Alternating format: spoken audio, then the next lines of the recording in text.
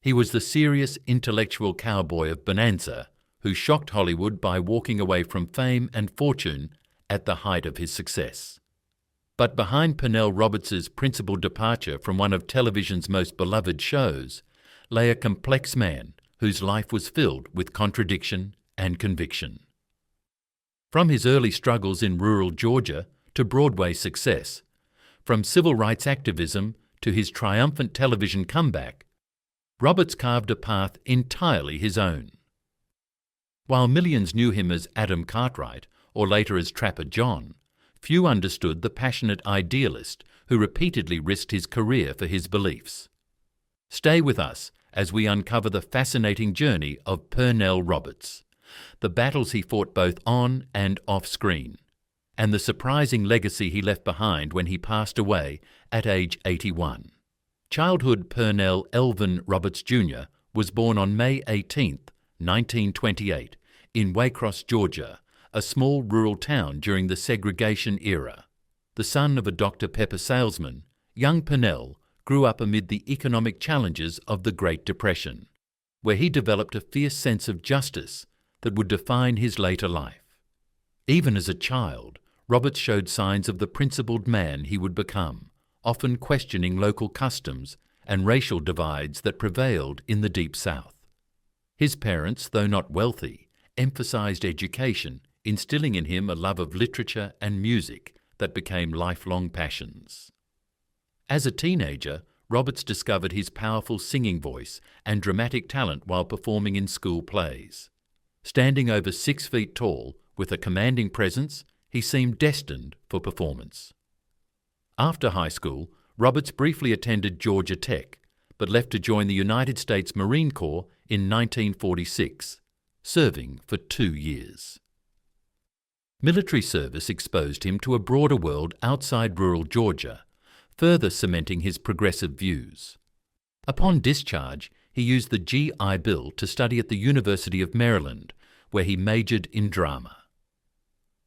It was during these college performances that Roberts began to shine, revealing the charismatic presence and emotional depth that would later captivate television audiences across America.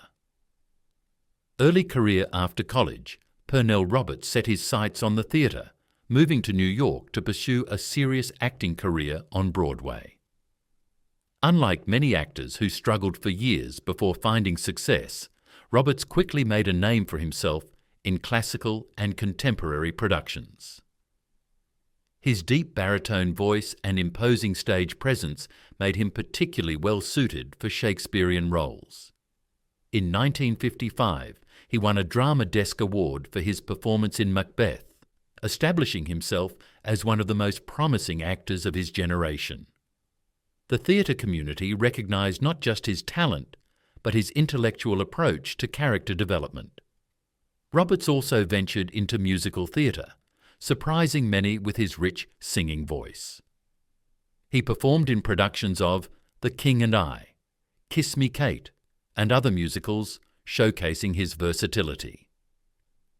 During this period, he recorded several folk albums, revealing yet another facet of his artistic abilities. Hollywood soon came calling, and Roberts began appearing in television anthology series like Kraft Television Theatre and Studio One. These early television appearances caught the attention of casting directors looking for actors with both gravitas and charisma. Small film roles followed, including parts in Desire Under the Elms and The Sheepman. But it was television that would ultimately offer Roberts his biggest opportunity and his greatest challenge, Bonanza. In 1959, Pernell Roberts was cast as Adam Cartwright, the eldest and most educated son on a new NBC Western called Bonanza. The show centered around the wealthy Cartwright family, owners of the 1,000-square-mile Ponderosa Ranch near Lake Tahoe. As Adam, Roberts portrayed the serious, architectural-minded son who often served as the voice of reason among his brothers. With his black attire and intellectual demeanor, Adam stood in stark contrast to his more impulsive siblings. The show became an instant hit, rocketing to the top of the ratings within its first season and making household names of its stars. Behind the scenes, however, Roberts quickly grew disenchanted with the role. A classically trained actor with serious dramatic ambitions, he found the simplistic storylines and characterizations of Bonanza creatively stifling. In interviews with TV Guide, he famously compared the show to Candy Floss, saying, "I feel I'm an aristocrat in my field of endeavour. My being part of Bonanza is like Isaac Stern sitting in with Lawrence Welk." His frustrations extended beyond artistic concerns to the racial politics of the show. Roberts frequently argued with producers about the lack of minority characters and what he perceived as stereotypical portrayals when they did appear. Despite his growing disillusionment, Roberts remained with Bonanza for 6 seasons, from 1959 to 1965. During this time, he continued to pursue outside projects, including directing theatre and recording music. His relationship with co-stars Lorne Greene, Michael Landon and Dan Blocker remained cordial despite his professional discontent. When his contract came up for renewal in 1965, Roberts made the shocking decision to leave the show at the height of its popularity. NBC offered him a substantial salary increase, but Roberts couldn't be persuaded. His departure baffled many in the industry, who couldn't understand why an actor would walk away from one of television's most successful series. The producers explained his absence by saying Adam had moved away, leaving the door open for a return that never came. The wilderness years after leaving Bonanza, Pernell Roberts entered what many in Hollywood considered career suicide. At a time when television stars rarely left hit shows voluntarily, his departure was viewed as either principled or foolish, depending on one's perspective. Roberts returned to his first love, the theatre, appearing in productions across the country. He took roles in Broadway shows and regional theatres, performing everything from Shakespeare to contemporary dramas. Though these performances earned critical acclaim, they came nowhere near the visibility or financial reward of Bonanza. Roberts didn't entirely abandon television and film during this period. He made guest appearances on numerous shows including The Big Valley, Mission Impossible, and The Wild Wild West. These roles, however, were typically one-off appearances rather than the steady work he had left behind. Financially, this period represented a significant step back, with Roberts later admitting he earned far less during the decade following Bonanza than he would have by staying. Yet he maintained he had made the right decision for his artistic integrity. Beyond his professional choices, Roberts devoted significant time during these years to political activism. He became a vocal supporter of the civil rights movement, marching with Dr. Martin Luther King Jr. in Selma and using his celebrity status to draw attention to social justice issues. He also spoke out against the Vietnam War and supported various environmental causes, often putting his own reputation on the line for his beliefs. While these activities didn't advance his Hollywood career, they revealed the deep convictions that had partially motivated his departure from Bonanza. Roberts later told the Washington Post, "I had to leave that show because I was becoming more and more uncomfortable with the racial situation in this country. I felt that I should be challenging these issues instead of ignoring them." Trapper John, M.D. After more than a decade away from starring television roles, Pernell Roberts made a triumphant return to network TV in 1979 with Trapper John, M.D. The series was a spin-off of sorts from MASH, featuring the character of Trapper John McIntyre, now depicted as a chief of surgery at a San Francisco hospital 28 years after the Korean War. While Wayne Rogers had played Trapper in the original MASH series, Roberts made the role entirely his own, bringing gravitas and humanity to the character. Trapper John, M.D., showcased a more mature Roberts, now in his 50s, who had developed a certain warmth and humour that balanced his natural intensity. The show tackled serious medical and social issues, giving Roberts the substantive material he had found lacking in Bonanza. His portrayal earned him an Emmy nomination and proved to industry skeptics that his career had not been irreparably damaged by his earlier decision to leave a hit show. The series ran for 7 successful seasons from 1979 to 1986, actually lasting longer than Roberts' tenure on Bonanza. For Roberts, the show represented a personal vindication. He had left Bonanza believing television could offer more sophisticated entertainment, and now he was part of a series that regularly addressed complex social and ethical issues. The production schedule also allowed him time to pursue other interests, including his ongoing civil rights activism. Behind the scenes, Roberts insisted on diversity in casting and hiring, using his star power to create opportunities for minorities in the television industry. His co-stars frequently commented on his professionalism and mentorship, particularly young actor Gregory Harrison, who played Trapper's protégé, Dr. Gonzo Gates. Later, career and legacy after Trapper John M.D. Ended in 1986, Pernell Roberts continued to work regularly in television and film, though at a more measured pace. He appeared in several TV movies and made guest appearances on shows like The Love Boat, Hotel, and Diagnosis Murder. Unlike his departure from Bonanza, Roberts left Trapper John on good terms when the series naturally concluded its run. In his 60s and 70s, he became more selective about roles, focusing on projects that interested him personally or carried messages he believed important. Roberts maintained his commitment to activism throughout his later years. He continued to speak out on civil rights issues and became increasingly vocal about environmental concerns.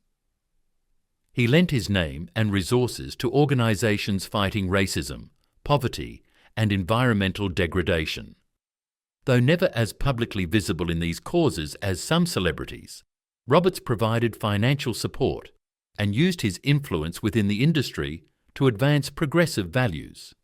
He particularly focused on mentoring young actors of colour, helping them navigate an industry that remained challenging for minorities. As he aged, Roberts developed a more philosophical perspective on his controversial decision to leave Bonanza. In rare interviews, he acknowledged both the professional cost and the personal benefits of following his conscience. "I don't regret leaving the series, but I do regret the way I handled it," he told Entertainment Weekly in one of his final interviews. "I could have been more diplomatic." Despite his misgivings about the show, he eventually reconciled with the Bonanza legacy, even participating in several retrospectives and documentaries about the series. Personal life. Pernell Roberts's personal life was marked by both tragedy and resilience. He was married 4 times, with his first 3 marriages ending in divorce. His first marriage to Vera Mowry, a professor of theatre history, produced his only child, Jonathan Christopher Roberts, born in 1951. Tragically, Jonathan died in a motorcycle accident in 1989 at the age of 38, devastating Roberts. His subsequent marriages to Judith Anna Roberts and Cara Knack ended in divorce in 1971 and 1996 respectively. Roberts finally found lasting happiness in his 4th marriage to Eleanor Criswell, a doctor of psychology and professor. They remained together from 1997 until his death in 2010. Unlike many Hollywood stars, Roberts lived modestly despite his success.